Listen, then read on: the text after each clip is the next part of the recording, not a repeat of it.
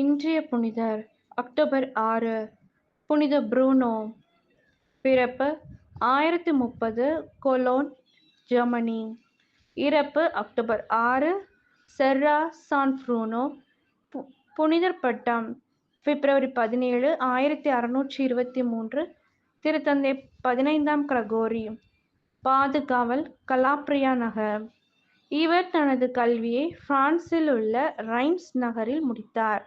1056ஆம் ஆண்டு ரைம்ஸில் இறையியல் பேராசிரியராக பணியாற்றினார். அப்போது அக்கல்லூரியின் தலைமை பேராசிரியராக பொறுப்பையும் ஏற்றார். பின்னர் 1075ஆம் ஆண்டில் ரைம்ஸில் ஆலய நிர்வாகியாக நியமிக்கப்பட்டார்.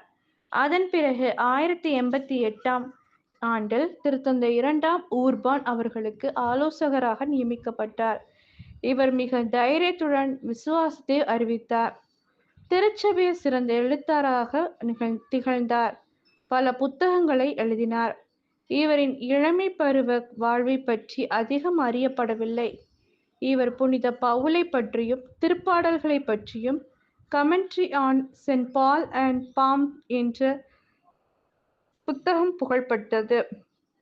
திருச்சபையில் திருத்தந்தைக்கு எதிராக நடக்கும் அநீதிகளை அகற்ற திருத்தந்தை 7ஆம் கிரகோரிக்கு பெரிதளவில் உதவினார்.